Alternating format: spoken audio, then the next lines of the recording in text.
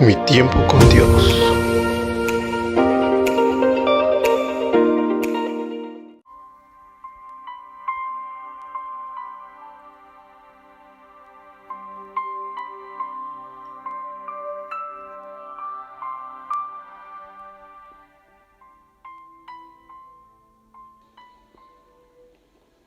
Señor y Dios, te bendecimos en este día y te damos gracias por tu amor, por tu misericordia, por un día más de vida, Señor, en tu presencia.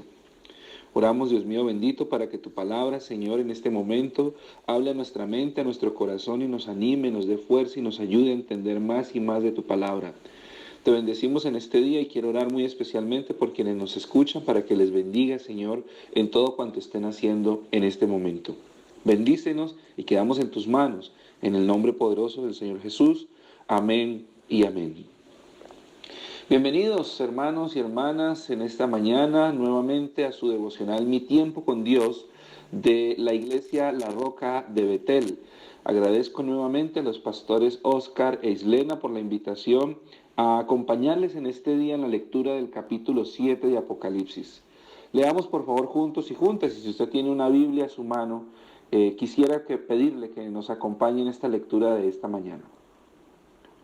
Dice el capítulo 7 de Apocalipsis: Después de eso, vi 4 ángeles de pie sobre los 4 ángulos de la tierra, conteniendo a los 4 vientos de la tierra para que no soplara viento alguno sobre la tierra, ni sobre el mar, ni sobre ningún árbol. Y vi otro ángel que subía del oriente llevando el sello de Dios vivo, y gritó con gran voz a los 4 ángeles a quienes se había concedido hacer estragos en la tierra y en el mar: No hagan estragos en la tierra ni en el mar, ni en los árboles, hasta que marquemos en la frente a los esclavos de nuestro Dios. Y oí el número de los que quedaron marcados, 144,000, que quedaron marcados de todas las tribus de los hijos de Israel. De la tribu de Judá, 12,000 marcados. De la tribu de Rubén, 12,000. De la tribu de Gad, 12,000. De la tribu de Aser, 12,000. De la tribu de Neftalí, 12,000. De la tribu de Manasés, 12,000. De la tribu de Simeón, 12,000. De la tribu de Leví, 12,000. De la tribu de Isaacar, 12,000. De la tribu de Zabulón, 12,000. De la tribu de José, 12,000. De la tribu de Benjamín, 12,000 marcados. Después de eso, vi que allí había un gentío enorme que nadie era capaz de contar, de toda clase de naciones, tribus, pueblos y lenguas. En pie estaban ellos delante del trono y ante el Cordero, vestidos con túnicas blancas y con palmas en sus manos, y gritaban con voz potente: La salvación se debe a nuestro Dios que está sentado en el trono y al Cordero. Y todos los ángeles estaban en pie alrededor del trono y de los ancianos y de los 4 seres vivientes, y cayeron sobre su rostro ante el trono y adoraron a Dios diciendo: Amén. La bendición, la gloria, la sabiduría, la acción de gracias, el honor, el poderío y la fuerza se deben a nuestro Dios por los siglos de los siglos. Amén. Y uno de los ancianos tomó la palabra para decirme: Esos que están vestidos con esas túnicas blancas, ¿quiénes son y de dónde han venido? Y le dije: Señor mío, tú lo sabes. Y me dijo: Esos son los que vienen de la gran tribulación y han lavado sus túnicas y las han blanqueado con la sangre del Cordero. Por eso están ante el trono de Dios y le sirven día y noche en su santuario, y el que está sentado en el trono extenderá su tienda sobre ellos. No tendrán más hambre, ni tendrán más sed, ni se abatirán sobre ellos el sol ni la insolación alguna, porque el Cordero que está en medio del trono será su pastor y los guiará a las fuentes de las aguas de la vida, y Dios enjugará toda lágrima de sus ojos. Muy bien, entonces hemos leído el capítulo 7 completo del libro de Apocalipsis, que nos trae unas escenas maravillosas. Y quisiera empezar con una pregunta que se terminó en el capítulo 6. En el capítulo 6, el mismo capítulo termina con una pregunta, bueno, desde la Reina Valera, por ejemplo, la versión Reina Valera, y desde la versión que estoy leyendo, una versión que se llama Cantera Iglesias, la pregunta con la que termina el capítulo 6 es: ¿y quién podrá mantenerse en pie? ¿Y quién podrá mantenerse en pie? La Reina Valera también tiene la misma pregunta, y otras versiones, por ejemplo, dicen cosas como: ¿y quién podrá resistir? Todas estas formas de preguntar lo mismo, básicamente lo que quiere decir es precisamente quién podrá aguantar todo lo que viene, todo lo que pasa, todo lo que se vendrá sobre la tierra, quién pudiera estar en pie, quién podrá aguantar eso, quién podrá resistir, quién podrá estar delante del Cordero en pie. Y el capítulo 7 básicamente es una respuesta a eso, porque constantemente en el capítulo 7 se nos dice cosas como estaban los ancianos en pie delante del Cordero y del sentado, estaban los ángeles en pie sobre los 4 puntos cardinales de la tierra, pero la mejor explicación está en el versículo 9, cuando dice lo siguiente: después de eso vi, allí había un gentío enorme que nadie era capaz de contar, de toda clase de naciones, tribus, pueblos y lengua, y estaban en pie ante el trono y ante el Cordero. El capítulo 7 entonces de alguna manera es un paréntesis o un interludio entre el sexto y séptimo sello. Es correcto, pero también hay que agregar que este capítulo es lo opuesto al sello que acaba de pasar, el inmediatamente anterior, al capítulo 6, que también aprendimos y leímos de los pastores Oscar y Lena, que expone lo que le sucede a los enemigos de Dios. El capítulo 7 es lo opuesto, porque en el capítulo 7 ya no se expone lo que le sucede a los enemigos de Dios, sino que revela lo que le sucede al pueblo de Dios. Así como los enemigos en el capítulo 6 se enfrentan a la ira y al juicio, en el capítulo 7 los santos cantan alabanzas de liberación a Dios y al Cordero. Recuerden que en el capítulo 6 decían, montañas caigan sobre nosotros para que el Cordero no nos vea, para no sufrir la ira del Cordero. Y en el capítulo 7 la escena es completamente diferente. Los salvos cantan de alegría frente al Cordero, frente a Dios, y quieren estar delante de Él en pie. No sienten temor, no hay dolor, no hay tristeza, no hay temor, porque estos han sido lavados por la sangre del Cordero. Así que el capítulo 7 revela lo que le sucede al pueblo de Dios. Y así como los enemigos se enfrentan a la ira y al juicio, los santos cantan alabanzas de liberación a Dios y al Cordero. Todo el capítulo dedicado a los santos es más una cima, digamos de alguna manera como un crescendo, digamos un clímax, que una pausa. Por eso entonces a esa pregunta en el capítulo 6 planteada que dice ¿quién podrá mantenerse en pie? Juan de Patmos, escritor del Apocalipsis, nos da la respuesta. Los que se pueden mantener en pie delante del Cordero son los 144,000, es decir, una multitud innumerable que está delante de Dios. Y hay dos temas, digamos, bueno, muchos temas importantes aquí, pero hay dos temas que son primordiales. El primero es la prioridad de la salvación. Este es un capítulo que nos muestra efectivamente el tema de la salvación. Por eso en el capítulo 6 se nos habla de temor, de espanto, de dolor, de gente escondiéndose de Dios, pero el capítulo 7 nos muestra una escena mucho más fuerte de esperanza, más poderosa que el dolor del capítulo 6 es la esperanza del capítulo 7, ¿no?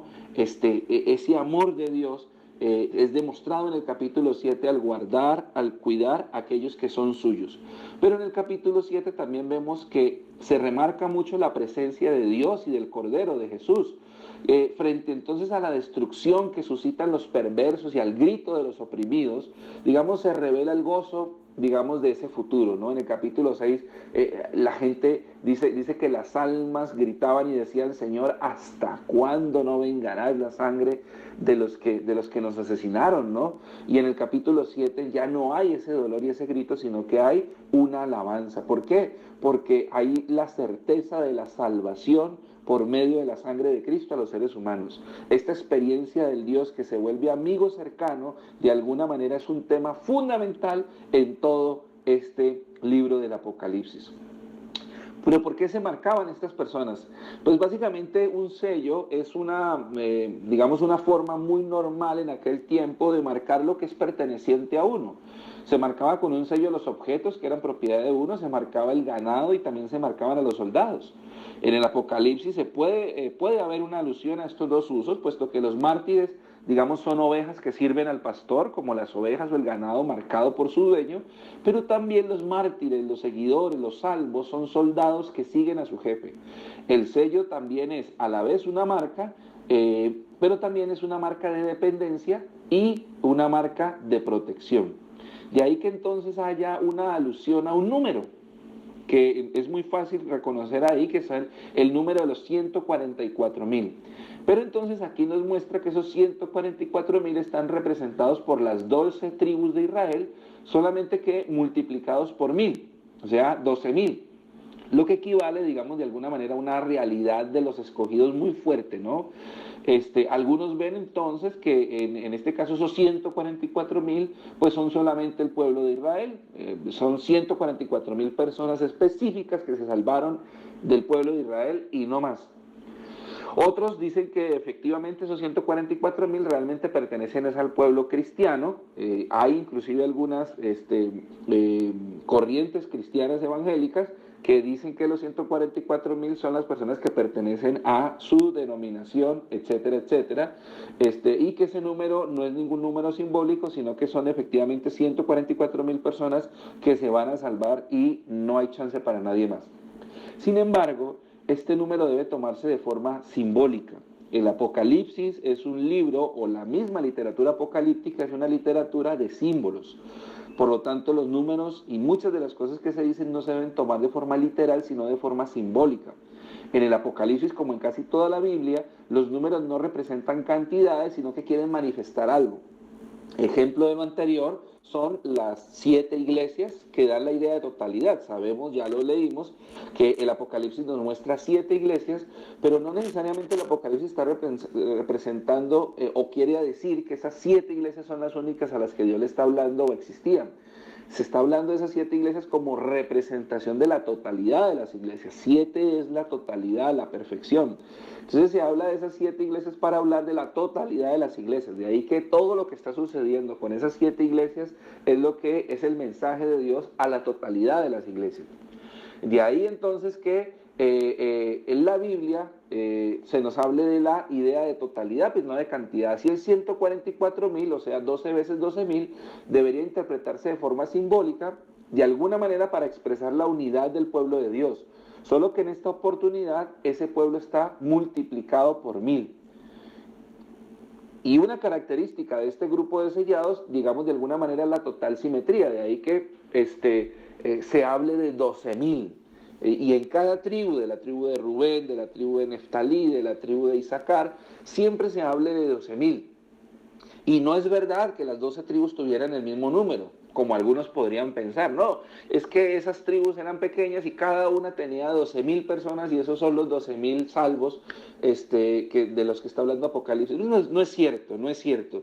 Algunas tribus tenían mucha más gente, bueno, de hecho todas podrían tener muchísima más gente que 12.000 y no todas las tribus eran iguales en número. Por eso este simbolismo, el paralelismo tan estricto, la dramática simetría y la repetición rítmica de los números simplemente es un mecanismo literario para expresar la total y completa salvación de los que han sido siervos de Dios. Para ejemplificar un poquito eso nos damos cuenta de las características. Por ejemplo, miren cómo en esa lista que hemos dado, Judá queda en primer lugar. Pero Judá no debería ir en primer lugar porque el primero no es Judá, el primero es Rubén, por ser el primogénito. Judá debería ser el cuarto, de ahí que el orden, digamos, está mal hecho, ¿no? Algunos dicen que no, que lo puso el primero porque es la tribu de Jesús. Pero bueno, hay otras cosas que pueden ahí, digamos, estar entre comillas de forma equivocada. Por ejemplo, la lista incluye a Leví. Leví sí es uno de los hijos de Jacob, pero no hace parte de los territorios ni militares, ni está en la lista de las tierras que se le dieron por ser una tribu más sacerdotal. Esta lista, por ejemplo, también tiene otro error, y digo error entre comillas, que incluye a José. Y José no es una de las tribus. Además incluye no solamente a José, sino a su hijo Manasés, ¿no? Y José y Manasés no pueden ser dos tribus diferentes, porque José es el padre de Manasés. De ahí que si una tribu fuera José, pues Manasés no sería una tribu diferente. Y por otro lado, pues José no aparece en ninguna otra lista como siendo una tribu por sí solo. La lista, por ejemplo, no presenta a Efraín, que es una de las tribus más importantes del Reino del Norte, y tampoco la lista presenta a Dan, ¿no? Dan, no Adán, sino la tribu de Dan. Entonces la lista también omite a Adán. Entonces la pregunta es, ¿pero por qué tantos errores? Entre comillas, vuelvo y digo, no son errores.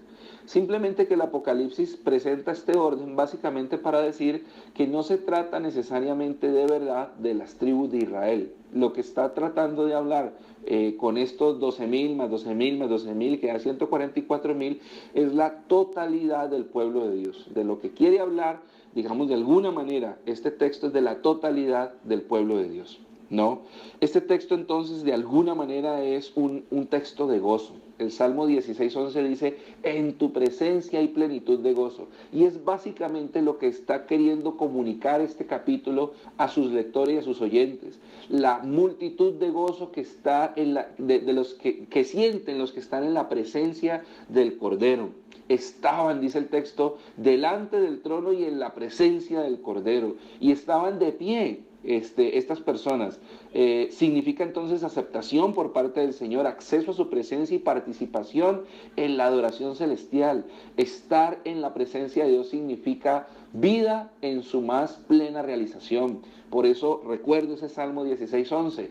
En tu presencia, Señor, hay plenitud de gozo.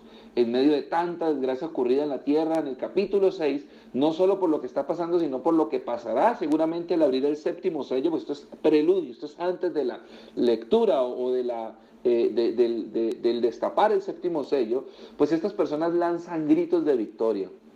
¿Cómo es posible entonces que en medio de tanta desgracia ellos hablen de victoria? Porque la victoria entonces no viene en el futuro, ni depende de las circunstancias. La victoria es una realidad ya, porque el Cordero ya venció. Por eso una de las alabanzas hermosas dentro de este capítulo dice, la salvación pertenece al que está sentado en el trono y al Cordero. Al que está sentado en el trono y al Cordero. No dice, la salvación pertenecerá, será. No, la salvación pertenece ya al que está sentado en el trono y al Cordero. Muchas cosas pueden pasar en nuestra vida y pueden ser difíciles, hermanos y hermanas que nos escuchan hoy. Pero lo que este texto nos quiere comunicar es que la salvación es de Dios y del Cordero. Y usted y yo hacemos parte de ese pueblo de Dios. Y usted y yo no tenemos que correr aterrorizados, miedosos, avergonzados de la presencia de Dios. Usted y yo somos llamados a estar en plenitud de gozo en la presencia de Dios. Si usted hace parte del pueblo de Dios, no crea que los tiempos finales son tiempos para estar tristes, para estar asustados, para estar pensando que ojalá nunca lleguen. Si usted hace parte del pueblo de Dios, usted debe decir, venga a nosotros tu reino. Y si usted no hace parte del pueblo de Dios en este momento, usted no ha recibido a Cristo en su corazón, este es el momento para que lo haga, para que goce de la plenitud, del gozo, de la presencia de Dios en su vida. No tarde más, este es el momento indicado, este es el día de salvación y la invitación es para usted. Hermanos y hermanas, que el Señor les bendiga y esperamos que la lectura de este libro sea una bendición para ustedes como está siendo para cada uno de nosotros y de nosotras. Que el Señor les bendiga ricamente. Amado Señor, te doy gracias, papito lindo, por esta palabra que hemos recibido en este día, Señor. Gracias por la interpretación del pastor Javier Barco, Dios. Lo bendecimos y te damos la gloria y la honra a ti, Señor. También te doy gracias por cada persona que nos escucha, Señor, y te pido de todo corazón que si hay alguno que aún no te haya recibido, Señor, que este sea el tiempo y la oportunidad para que pueda abrir su corazón y que tú puedas entrar y cenar con él, para que él adquiera esa salvación que tú das por gracia. Te doy gracias, papito lindo, y quedamos en tus manos. En el nombre de Jesús, amén y amén. Que Dios les guarde a todos y que tengan un fabuloso día.